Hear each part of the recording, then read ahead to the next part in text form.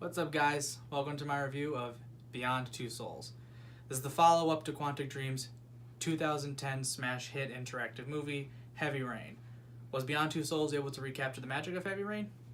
Beats me. I didn't play Heavy Rain. But I did play Beyond Two Souls. So, without further ado, this is Beyond Two Souls.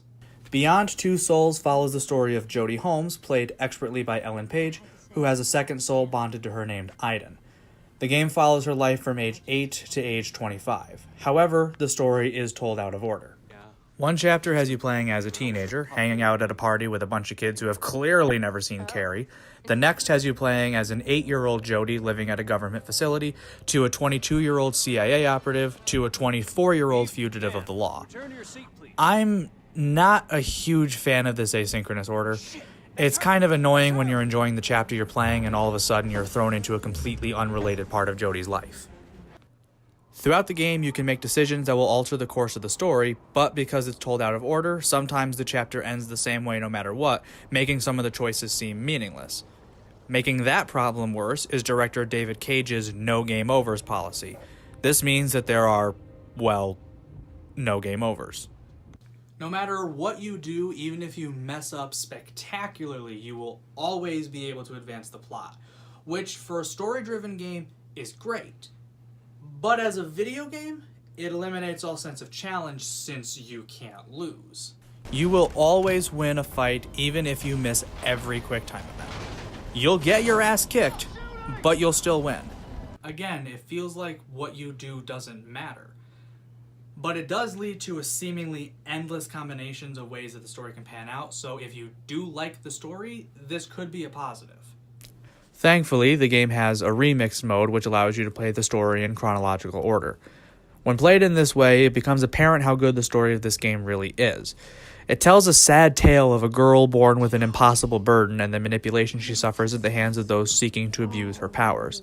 The original jumbled order is just distracting, so I would recommend playing it in this mode instead. It's much better. But enough about the story. Let's move on to the presentation. This game looks fantastic. The motion capture for all the characters is spectacular, especially for the two main actors, Ellen Page and Willem Dafoe, who played their parts perfectly. They even did a good job recreating younger versions of the actors' faces. The game has high graphical fidelity and an amazing attention to detail. For example, if you fail a QuickTime event during a fight and Jodie takes a hit, a mark will appear on her face and stay there for the rest of the chapter. Now, good graphics are nice and all, but how does the game play? Well, it doesn't. Well, sort of. I'll explain. Like Heavy Rain before it, Beyond Two Souls is essentially an interactive movie. You control Jodie with the left analog stick and interact with the environment by simply flicking the right analog stick in the direction of a small white dot on screen. To do more specific actions, you have to move the right analog stick in a particular way or press an otherwise specified button. The game also makes use of the PlayStation controller's built-in gyroscope, as you'll often have to shake it violently or just flick it in a specific direction. Where the game gets pretty unique, though, is when you take control of Aiden, Jodie's ghost friend. You switch to Aiden with a press of the triangle button, and he can freely fly around the area as long as you don't fly too far away from Jodie. Aiden interacts with his environment by locking onto something and moving both analog sticks in conjunction in a specific way. Most of the time, Aiden's gameplay just amounts to throwing stuff around, but you can also interfere with electronics, heal injuries, watch a dead man's last moments, communicate with the dead, possess people, and strangle people. Fun. However, you're pretty limited in when you can do these things. You can only throw specific stuff, you can only possess specific people, and you can only strangle specific people. It's a little underwhelming, but understandable, as being able to strangle anyone would complicate the plot too much, but it's still a little distracting to be limited so specifically. In addition, the controls just flat out suck. I often had trouble getting moving, as for some unexplained reason, Jodie often refused to move in the direction I tried to move her. It's not all negative, though. The game has a great capacity for role-playing. It gives you a lot of options for shaping Jodie's and Aiden's personalities. For example, I played as a more reserved but capable Jodie and an out-of-control Aiden who took everything way too far.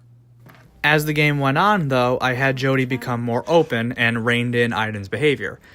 This is where most of the game's replay value comes from, not only seeing the different ways the story could play out, but also trying different personalities for Jodie and Aiden, provided you like the story in the first place and want to replay it. So with all that in mind, I give Beyond Two Souls a cautious recommendation.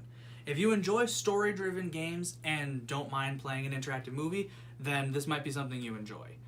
But if you like a little more game with your games, then you should stay away from this title. I enjoyed it, but that's only because I knew going in what I was getting myself into.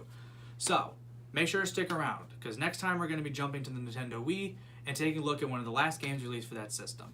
Next time we meet, we're going to be taking a look at Pandora's Tower for the Nintendo Wii. With that said, I'm the Trojan with Digital Bloodlines. Thanks for watching. Have a good night. Hey there, Ashki.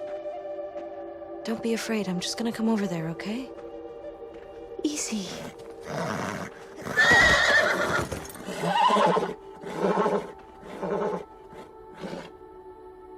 No, Aiden.